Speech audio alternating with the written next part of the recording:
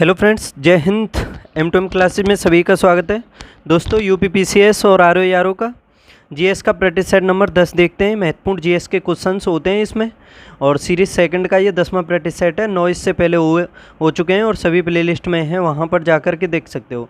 अब देर ना करते हुए इसको हम स्टार्ट करते हैं पहले क्वेश्चन के साथ। तो देखो, आपके सामने है पहला क्वेश्चन कि हल्दी पौधे के किस भाग से प्राप्त की जाती है?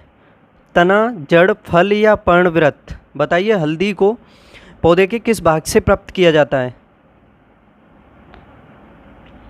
देखो, हल्दी एंटीबायोटिक गुणों के लिए काफ़ी प्रसिद्ध है, सभी को पता होगा। जैसे किसी को चोट लग जाती है, कोई घाव हो जाता है जिससे ब्लड निकलता रहता है, तो उसे रोकने के लिए भी हल्दी का प्रयोग किया जाता है।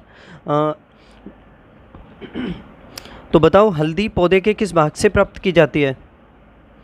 देखो, हल्दी जो है पौधे के तने से प्राप्त की जाती है। इसका सही जवाब हो जाएगा ऑप्शन ए, तने से प्राप्त की जाती है। और इसका जो खाने लायक भाग होता है ना हल्दी का, वो क्या होता है? वो प्रकंद होता है, याद रखना। प्रकंद जो है हल्दी का खाने लायक भाग होता है, और एंटीबायोटिक गुणों के लिए काफ़ी फेमस है। घटने या चोट लगने पर ब्लड को रोकने के लिए इसका प्रयोग किया जाता है। आगे देखो, क्वेश्चन नंबर सेकंड। निम्नलिखित में से कौन एक योजना प्रारंभ वर्ष सही सुमेलित है? यानी ये देखना है, इसमें इन 4 ऑप्शन दिए हुए हैं कि योजना जो प्रारंभ हुई है उसमें से एक सही है, बाकी 3 गलत हैं। जैसे श्यामा प्रसाद मुखर्जी रू अर्बन मिशन, क्या 2015 को स्टार्ट हुआ था इसको? देखो, श्यामा प्रसाद मुखर्जी रू अर्बन मिशन जो है ये 2016 को शुरुआत हुई थी, इस वजह से ये पहला तो गलत है। इसमें 2015 नहीं होगा, 2016 से स्टार्ट हुई थी। Rural housing interest subsidy scheme, ये 2017 से हुई थी, ना कि 2018 से, ये भी गलत है। सांसद आदर्श ग्राम योजना, ये 2014 से हुई थी, जब मोदी जी प्रधानमंत्री बने थे तभी स्टार्ट हुई थी ये, ठीक है, 2014 से। और दीनदयाल उपाध्याय ग्रामीण कौशल्य योजना, ये 2014 से। तो इसका ऑप्शन डी जो है ये सही है, और जवाब भी यही हो जाएगा। बाकी श्यामा प्रसाद मुखर्जी रू अर्बन मिशन 2016 को प्रारंभ हुई, रू urban housing interest subsidy scheme ये 2017 को, सांसद आदर्श ग्राम योजना 2014 को, और दीनदयाल उपाध्याय ग्रामीण कौशल्य योजना 2014 को। आगे देखते हैं क्वेश्चन नंबर 3। हाल ही में देश के पहले साइबर सुरक्षा केंद्र की स्थापना किस शहर में की गई है? साइबर सुरक्षा केंद्र की स्थापना पुणे, चंडीगढ़, गाजियाबाद या मुंबई? बताइए।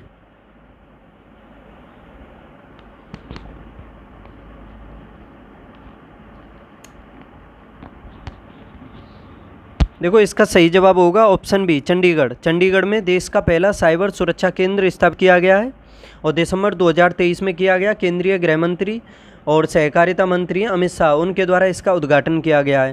देखो, इस केंद्र का जो पूरा नाम है, इसका पूरा नाम बता दूं, centre for cyber operations and security, ठीक है, centre for cyber operations and security. और इसका जो प्रथम संचालन होगा प्रथम 3 वर्षों तक होगा, रक्षा अनुसंधान और विकास संगठन के द्वारा, ठीक है। अब देख लेते हैं क्वेश्चन नंबर 4। इन कथनों पर विचार करना है आपको। पहला कथन है इसमें, मानव शरीर में सर्वाधिक प्रचुरता में पाया जाने वाला तत्व ऑक्सीजन है। क्या सबसे अधिक जो मानव शरीर में तत्व पाया जाता है वो ऑक्सीजन है? और दूसरा है इसमें, मानव शरीर में लगभग 25% जल की मात्रा होती है। क्या 25% ही होती है जल की मात्रा मानव शरीर में? तो बताओ, इन दोनों में से कौन सा सही होगा?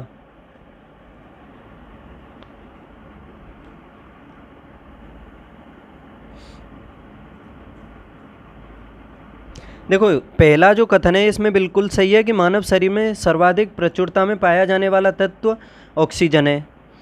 और इस हिसाब से भी समझ सकते हो कि जो मानव शरीर है उसमें जल जो है तकरीबन 55-60 से लेकर के 70% के आसपास पाया जाता है। जल में भी तो ऑक्सीजन होती है, तो उसी हिसाब से अनुमान लगा सकते हो कि मानव शरीर में सर्वाधिक पाया जाने वाला तत्व है ऑक्सीजन। और इसमें जो 25% दिया हुआ है जल, ये गलत हो जाएगा दूसरा कथन, क्योंकि जल पाया जाता है 55 से 70% के बीच, ठीक है।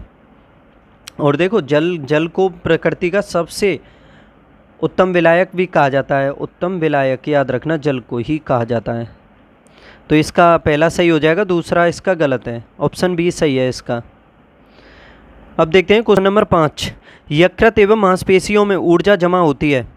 यकृत और मांसपेशियों में ऊर्जा कहाँ पर जमा होती है? ग्लाइकोजन नहीं, किस रूप में जमा होती है ये पूछा है। यकृत एवं मांसपेशियों में। ग्लाइकोजन के रूप में, वसा के रूप में, विटामिन के रूप में या हार्मोन के रूप में। बताओ पांचों में, चारों में कौन सा होगा।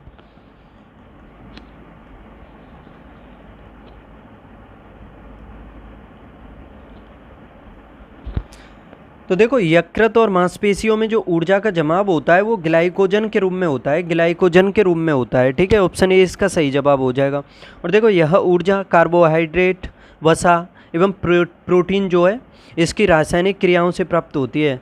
कार्बोहाइड्रेट, वसा एवं प्रोटीन, इन तीनों की रासायनिक क्रियाओं से प्राप्त होती है ऊर्जा जो है, और ये ग्लाइकोजन के रूप में यकृत और मांसपेशियों में जमा होती है। अब देखते हैं क्वेश्चन नंबर 6।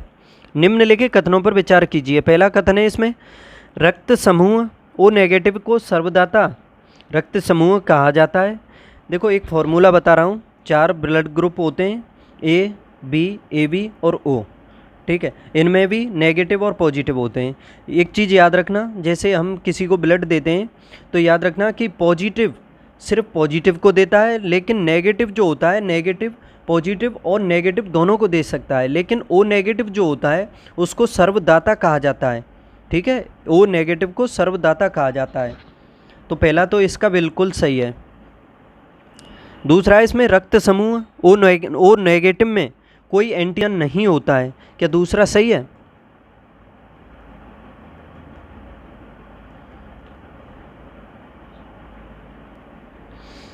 देखो दूसरा भी इसका सही है, क्योंकि ओ नेगेटिव जो होता है इसमें कोई एंटीजन नहीं होता है। ठीक है, कोई एंटीजन नहीं होता है, इसी वजह से इसको जीरो ब्लड ग्रुप या कह सकते हो ओ ब्लड ग्रुप कहते हैं। ठीक है, तो इसका ये दोनों ही सही हैं, लेकिन याद रखना ए बी जो पॉजिटिव होता है उसको सर्वग्राही रक्त समूह कहा जाता है, यानी वो सभी तरह का ब्लड ले सकता है। और वो ले क्यों सकता है ए बी जो पॉजिटिव है, ये भी तो याद करने वाली बात है कि ले क्यों सकता है वो, क्योंकि उसमें कोई एंटीबॉडी नहीं होता है, क्योंकि वो किसी का विरोध नहीं करता है, इस वजह से वो सभी को एक्सेप्ट कर लेता है। ठीक है, सर्वग्राही कहा जाता है ए बी पॉजिटिव को, और ओ नेगेटिव को सर्वदाता कहा जाता है, याद रखना। ठीक है, तो ये दोनों ही कथन बिल्कुल सही हैं। ऑप्शन सी जो है इसका सही जवाब हो जाएगा। Question number 7। हाल ही में उत्तर प्रदेश के किस जिले में नौसेना के शौर्य संग्रहालय के निर्माण की घोषणा की गई है? हाल ही में उत्तर प्रदेश के किस जिले में नौसेना के शौर्य संग्रहालय के निर्माण की घोषणा की गई है? लखनऊ, रायबरेली, वाराणसी या गाजियाबाद में? नौसेना के शौर्य संग्रहालय बताओ। तो देखो इसका सही जवाब ऑप्शन ए लखनऊ में। नौसेना का शौर्य संग्रहालय इसका निर्माण किया गया है लखनऊ में, याद रखना। और देखो सीजी सिटी भी कहा जाता है लखनऊ को, और गोमती नदी के किनारे स्थित है ये। और वो क्या बोलते हैं, मुख्यमंत्री योगी आदित्यनाथ के द्वारा इसका शुभारंभ या शिलान्यास किया गया है। ठीक है, आगे देखते हैं क्वेश्चन नंबर 8। अब इसमें देखना है कौन सा सही सुमेलित नहीं है। पहला देखो इसमें हरियाली योजना 2014 से 2004 से, तो गलत है ये, 2003 कर लेना इसमें। ठीक है, 2003 की योजना है हरियाली योजना। सूखा आशंकित क्षेत्र कार्यक्रम ये 1973-74 का है, तो ये भी गलत है। ठीक है, इसको भी गलत कर लेना, 73-74 हो जाएगा इसका। और मरुस्थल विकास कार्यक्रम ये सही है इसमें, मरुस्थल विकास कार्यक्रम 1977-78। जलवायु परिवर्तन पर राष्ट्रीय कार्य योजना ये 2008 की है, ना कि 2012 की। ठीक है, 2008 की। तो ऑप्शन सी इसका सही जवाब है। अब देखते हैं क्वेश्चन नंबर 9। इसमें सही सुमेलित नहीं है वो बताना है, जो सुमेलित नहीं हो वो बताना है।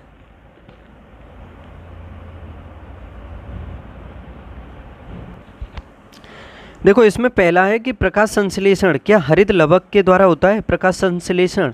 श्वसन क्या सूत्र कणिका से संबंधित है? प्रोटीन संश्लेषण जीव द्रव्य कला। तो बताओ इन तीनों में कौन सा सही सुमेलित नहीं है? जो सही सुमेलित नहीं है वो देखो प्रकाश संश्लेषण काफ़ी कॉमन है, सबको आना चाहिए। ये हरित लवक नहीं होगा इसमें।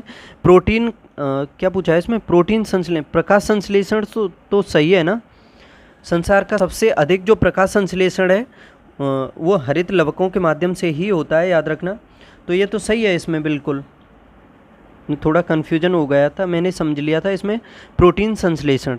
ठीक है, प्रोटीन संश्लेषण जो होता है वो राइबोसोम के द्वारा होता है, ना कि जीव द्रव्य कला के द्वारा। तो ये तीसरा इसमें गलत है, ये गलत है इसमें। ठीक है, इसमें राइबोसोम होगा, राइबोसोम। ठीक है, तो इसका जवाब तो यही होना है, श्वसन सूत्र कणिका से ही संबंधित है। बाकी दोनों सही सुमेलित हैं, ए और दो, एक और दो, लेकिन ये तीसरा जो है ये सुमेलित नहीं है। तो आंसर इसका हो जाएगा केवल 3। ठीक है, केवल 3 सही, सुमेलित नहीं है।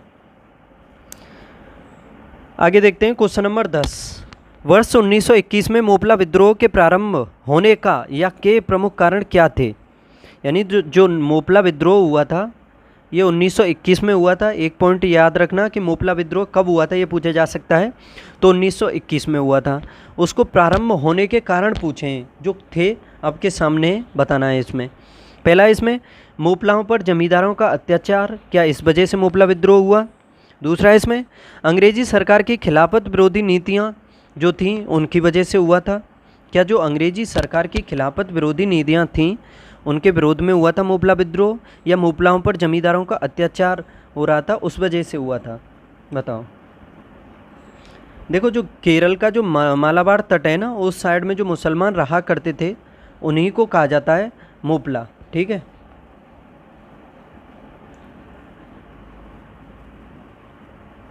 और ये पट्टेदार, यानी पट्टेदार और खेतिहर थे, तो इसी वजह से, और ये मालाबार तट पर रहते थे और इनको मोपला ही कहा जाता था। तो बताओ इन दोनों में से कौन सा सही होगा? देखो, ये दोनों ही हो सकते हैं, क्योंकि अत्याचार होगा जमींदारों पर तो भी विद्रोह होने की संभावना होती है। ठीक है, अंग्रेजी सरकार की अगर कोई खिलाफत विरोधी नीतियां जो होती हैं अगर उनमें कमी होती है या फिर तानाशाही या गलत यूज होता है उनका, तो भी विरोध होता है उसका, तो भी विद्रोह होने की संभावना होती है। तो समझ सकते हो ये दोनों ही कथन बिल्कुल सही दिए हुए हैं और इसका सही जवाब हो जाएगा ऑप्शन ए। ठीक है, एक और दो दोनों कारण थे इसके।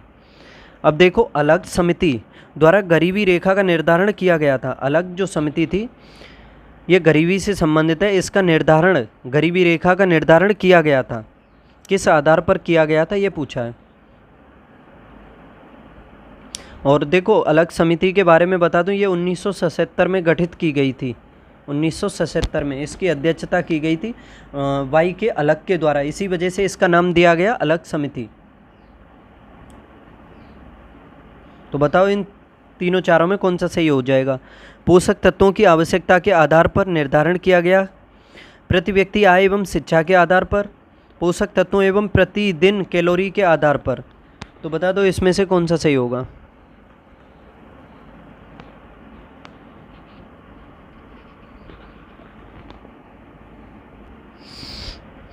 बताओ, काफ़ी अच्छा क्वेश्चन है। जो अलग समिति है उसके द्वारा गरीबी रेखा का निर्धारण जो किया गया था ना, वो पोषक तत्वों की आवश्यकता के आधार पर किया गया था 1977 में, याद रखना। ठीक है, पोषक तत्वों की आवश्यकता के आधार पर अलग समिति 1977 में गठित की गई थी। आगे देखो, सुभाष चंद्र बोस से संबंधित निम्नलिखित कथनों में से कौन सा कथन असत्य है? नेताजी सुभाष चंद्र बोस के बारे में बताना है। पहला है, इसमें सुभाष चंद्र बोस का जन्म कलकत्ता में हुआ था।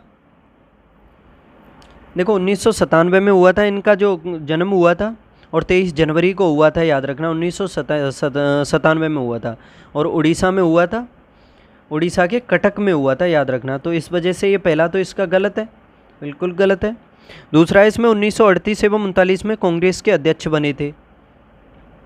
बताओ, क्या 1939 में भी ये अध्यक्ष बने थे? देखो, ये दोनों सही हैं, 38 में भी बने थे, 39 में भी बने थे ये। ठीक है, और ये 38 में तो हरिपुरा अधिवेशन हुआ था जिसमें इन्होंने अध्यक्षता की थी। 39 में त्रिपुरी अधिवेशन हुआ था, उसमें अध्यक्षता की थी। लेकिन इन्होंने 1939 में जो अधिवेशन हुआ था उसमें अध्यक्षता में त्यागपत्र दे दिया था 1939 में। फिर इन्होंने फॉरवर्ड ब्लॉक की स्थापना की थी। ठीक है, ये भी ठीक है, तीसरा भी सही है। और क्या दिया हुआ है? इन्होंने जय हिंद का नारा दिया था, ये भी सही है। इसमें जय हिंद का नारा दिया था। जय हिंद का नारा दिया था और इन्होंने ये भी कहा था तुम मुझे खून दो मैं तुम्हें आज़ादी दूंगा। ठीक है, लेकिन इसमें पूछा है कौन सा गलत है, तो ऑप्शन ए जो दिया हुआ है ये गलत है इसमें, क्योंकि इनका जन्म उड़ीसा के कटक में हुआ था 23 जनवरी 1897 को। ठीक है, ऑप्शन ए। 1997 बोल गया, 1897 के लिए। अब ये देखो क्वेश्चन नंबर 13, शांति निरस्त्रीकरण और विकास के लिए इंदिरा गांधी शांति पुरस्कार 2023 के संदर्भ में कथनों पर विचार करना है। 2023 में जो इंदिरा गांधी शांति पुरस्कार दिया गया है शांति निरस्त्रीकरण विकास के लिए, उसके बारे में देखना है। 2023 के लिए यह पुरस्कार डैनियल बरेनबोइम और अली अबू अब्बाद को संयुक्त रूप से प्रदान किया गया। देखो, डैनियल बरेनबोइम और अली अबू अब्बाद को ही दिया गया था यह संयुक्त रूप से, तो पहला कथन इसका सही है। दूसरा है, इजराइल फिलिस्तीन संघर्ष के अहिंसक समाधान हेतु लोगों को एक साथ लाने के प्रयास के लिए यह पुरस्कार प्रदान किया गया है। क्या यह सही है? तो देखो, ये दोनों ही कथन बिल्कुल सही हैं, शांति से ही संबंधित है ये, तो ये दोनों कथन बिल्कुल सही हैं। अब ये देखो, काफ़ी महत्वपूर्ण क्वेश्चन है, यूएनडीपी का बहुआयामी निर्धनता सूचकांक यानी एमपीआई कितने आयामों से बना होता है? बताइए। 3, 5, 8, 10।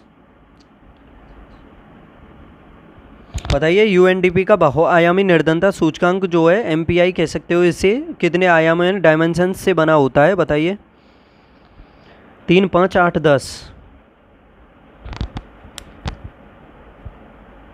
देखो, इसको मानव विकास रिपोर्ट जो है यानी मानव विकास सूचकांक जो है ये 2010 से प्रारंभ की गई है। और एक चीज़ याद रखना इसमें पहले जो है मानव निर्धनता सूचकांक जारी किया जाता था, लेकिन उसी के स्थान पर अब बहुआयामी निर्धनता सूचकांक जो है एमपीआई उसको प्रस्तुत किया जा रहा है।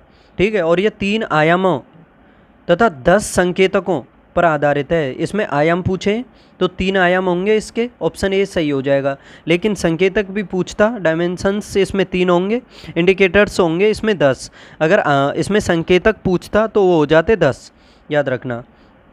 और 3 आयाम भी बता दूं आपको, एक तो देखो स्वास्थ्य, एक है शिक्षा और एक है जीवन स्तर।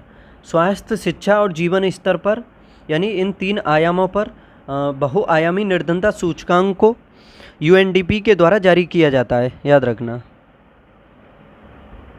तो इसका ऑप्शन ए सही जवाब हो जाएगा। और देखो, संकेतकों में भी देखोगे आप तो जैसे इसमें 3 आयाम है, एक है इसमें स्वास्थ्य। ठीक है, तो स्वास्थ्य में हम जो संकेतक देखते हैं, एक तो बाल मृत्यु यानी 6 वर्ष से 1 से 6 वर्ष तक के लिए होती है ये, और इसमें पोषण भी होता है। और इसमें स्वास्थ्य में तो बाल मृत्यु और पोषण ही होता है, लेकिन शिक्षा में स्कूल जाने के वर्ष को देखा जाता है और स्कूल में कितनी उपस्थिति होती है बच्चे की वो देखी जाती है। लेकिन जो जीवन स्तर होता है ना, उसमें 2 तो इसमें हो गए, 6 संकेतक उसमें आते हैं जीवन स्तर में। एक रसोई गैस से संबंधित होता है, स्वच्छता भी देखी जाती है इसमें, शौचालय से संबंधित, पेयजल को भी देखा जाता है, विद्युत और आपका आवास और जो परिसंपत्तियां होती हैं उन सभी को देखा जाता है। यानी संकेतक कितने होते हैं इसमें? 10 होते हैं और आयाम होते हैं 3, यूएनडीपी का जो बहुआयामी निर्धनता सूचकांक है उसमें।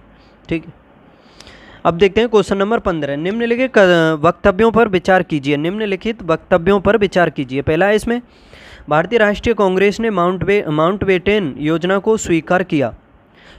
भारतीय राष्ट्रीय कांग्रेस ने माउंटबेटन योजना को स्वीकार किया। दूसरा इसमें, कारण, उसने सांप्रदायिक दंगों के बढ़ते खतरों से निपटने के लिए इसे स्वीकार किया। बताओ, क्या ये कारण जो है एक ही व्याख्या कर रहा है? ये जो कारण कह रहा है, क्या इसी वजह से भारतीय राष्ट्रीय कांग्रेस ने माउंटबेटन योजना को स्वीकार किया था? बताइए।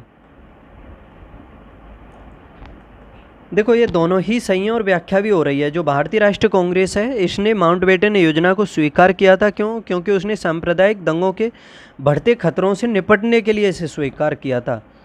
यानी सांप्रदायिक दंगों से, जो सांप्रदायिक दंगे बढ़ रहे थे उनके खतरे से निपटने के लिए ही भारतीय राष्ट्रीय कांग्रेस ने माउंटबेटन योजना जो थी उसको स्वीकार किया था, और स्पष्ट रूप से इसकी व्याख्या हो रही है।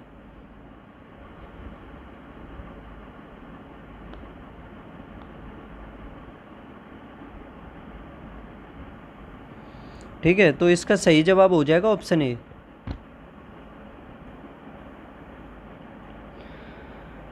अब देखो क्वेश्चन नंबर 16, भुगतान संतुलन में निहित होता है, भुगतान संतुलन में यानी बीओपी, बैलेंस ऑफ पेमेंट्स, इसमें क्या निहित होता है? वस्तुओं का आयात निर्यात, सेवाओं का आयात निर्यात, ऋण या ये सभी? बताओ।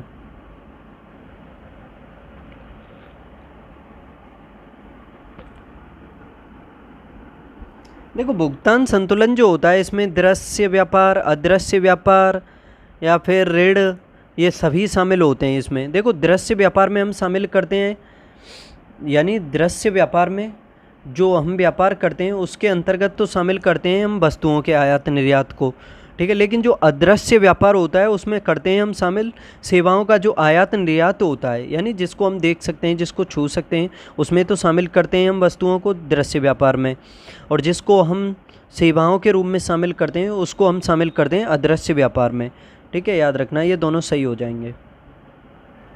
और ये जो दृश्य और अदृश्य व्यापार जो होता है, ये जो लेन देन होता है ना, याद रखना ये भुगतान संतुलन का जो चालू खाता होता है उसको प्रदर्शित करता है। यानी दृश्य और अदृश्य का जो लेन देन होता है, जो भुगतान संतुलन होता है उसका चालू खाता जो होता है उसको प्रदर्शित करता है। और जबकि जो भुगतान संतुलन का जो पूंजी खाता होता है, देखो दो तरह के खाते होते हैं, एक चालू खाता होता है और एक पूंजी खाता होता है। उसमें वैश्विक निवेश जो होता है और ऋण जो होता है उसके लेन देन को प्रदर्शित करते हैं। यानी पूंजी खाते में वैश्विक निवेश और ऋण का जो लेन देन होता है वो शामिल होता है, और दृश्य और अदृश्य ये जो होता है ये होता है चालू खाते में, ठीक है। तो इसका सही जवाब हो जाएगा ये ऑप्शन डी। ये चारों ही सही हैं, ये तीनों ही सही हैं, वस्तुओं का आयात निर्यात, सेवाओं का आयात निर्यात और ये ऋण। अब देखो क्वेश्चन नंबर 17, चोरी चोरा की घटना के समय भारत का वायसराय कौन था? देखो पहली बात तो ये चोरी चोरा की जो घटना हुई थी ये 1922 को हुई थी, ठीक है। कब हुई थी? 1922 को हुई थी, ठीक है। चोरी चोरा जो घटना हुई 1922 में हुई थी। देखो इसके बारे में समझ लो क्यों हुई थी, क्या कारण था, किस वजह से हुई, क्या कुछ हुआ है इसमें।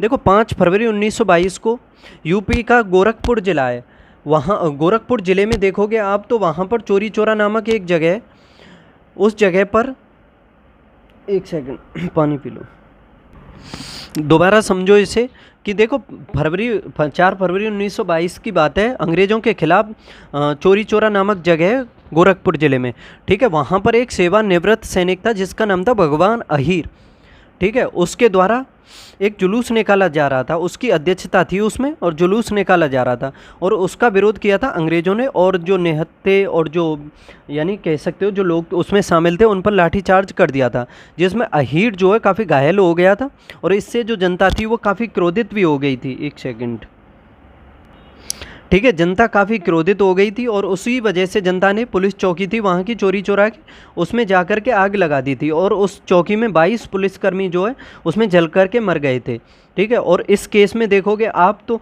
तकरीबन 170 लोगों को फांसी की सज़ा सुनाई गई थी, लेकिन इस केस की वकालत मदन मोहन मालवीय के द्वारा की गई थी, और 170 में से उनके द्वारा 151 लोगों को तो बचा लिया गया था, बाकी को सजाएं दी गई थी।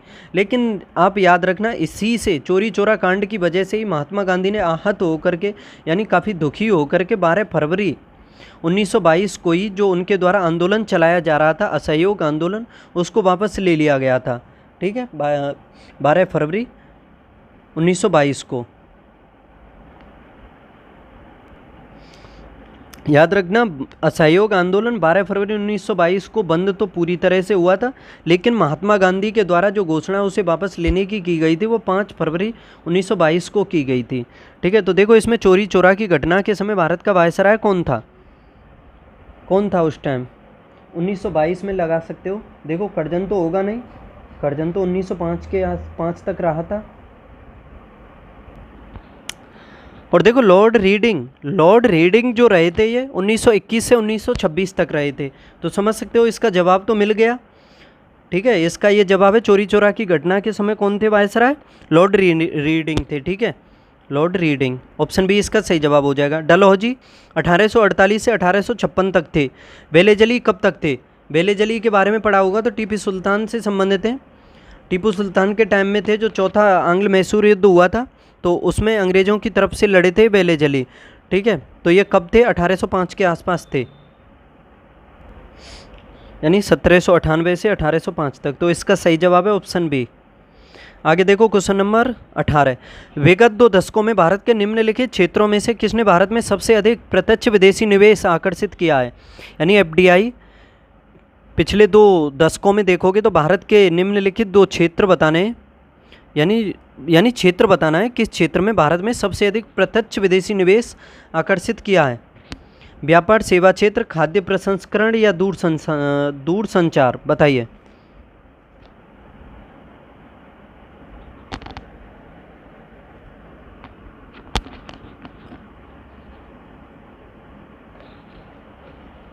तो देखो इसका सही जवाब हो जाएगा सेवा क्षेत्र, ऑप्शन बी।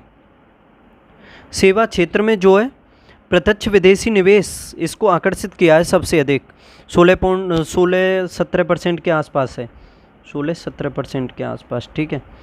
इसके बाद देखोगे तो जो सेवा क्षेत्र के बाद जो कंप्यूटर सॉफ्टवेयर और जो हार्डवेयर है उसमें हुआ है 14-15 के करीब ही हुआ है, ठीक है। फिर व्यापार में भी हुआ है काफ़ी, दूरसंचार, फिर ऑटोमोबाइल, ये सभी हैं, ठीक है। तो इसका सही जवाब हो जाएगा ऑप्शन बी।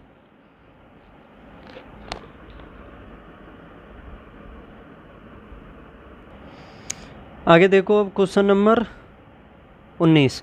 निम्नलिखित में से किसने मणिपुर में जिया तरंग आंदोलन का नेतृत्व किया था? जिया तरंग आंदोलन हुआ था मणिपुर में, ठीक है। कहाँ पर हुआ था? मणिपुर में। तो इसमें नेतृत्व किसके द्वारा किया गया था, बताओ। भिकाजी कामा, सरोजिनी नायडू, गैडिनल्यू या सुचेता कृपलानी?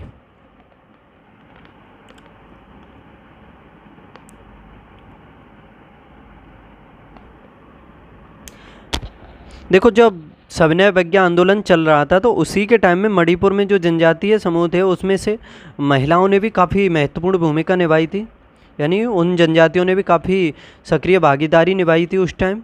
और यह आंदोलन जो था इसका नेतृत्व नगा जो जनजाति है वहाँ की नागा, उसी महिला थी उसके द्वारा किया गया था, जिसका नाम था, ये ऑप्शन सी में जो दिया हुआ है, गैडिनल्यू। ऑप्शन सी सही जवाब हो जाएगा, ठीक है। गैडिनल्यू ने किया था इसका, और इसी आंदोलन को फिर कहा गया था आगे चल करके जिया तरंग आंदोलन, ठीक है, याद रखना। आज का लास्ट क्वेश्चन है, विश्व बैंक द्वारा दिसंबर 2023 में जारी आंकड़ों के अनुसार क्रय शक्ति क्षमता यानी पीपीपी के आधार पर वर्ष 2022 में निम्नलिखित में से प्रति व्यक्ति आय उच्चतम आय है? किस देश की है सबसे अधिक प्रति व्यक्ति आय? कतर, नॉर्वे, सिंगापुर या बरमूडा?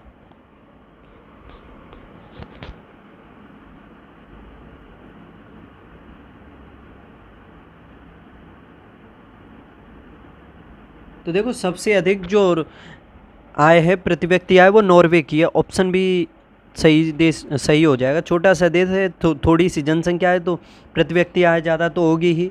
जिस देश की जनसंख्या ज़्यादा होगी तो उसकी तो कम होगी, जैसे भारत है, ठीक है। नॉर्वे के बाद कतर है, इसमें सिंगापुर, ये हिसाब से सभी विकसित देश हैं, तो समझ सकते हो। ऑप्शन बी इसका सही जवाब हो जाएगा। तो दोस्तों इस तरह से ये प्रैक्टिस सीरीज़ का यूपीपीसीएस और आरओ की सीरीज़ का ये 10वां प्रैक्टिस सेट कंप्लीट होता है। आगे मिलेंगे फिर अगले प्रैक्टिस सेट के साथ।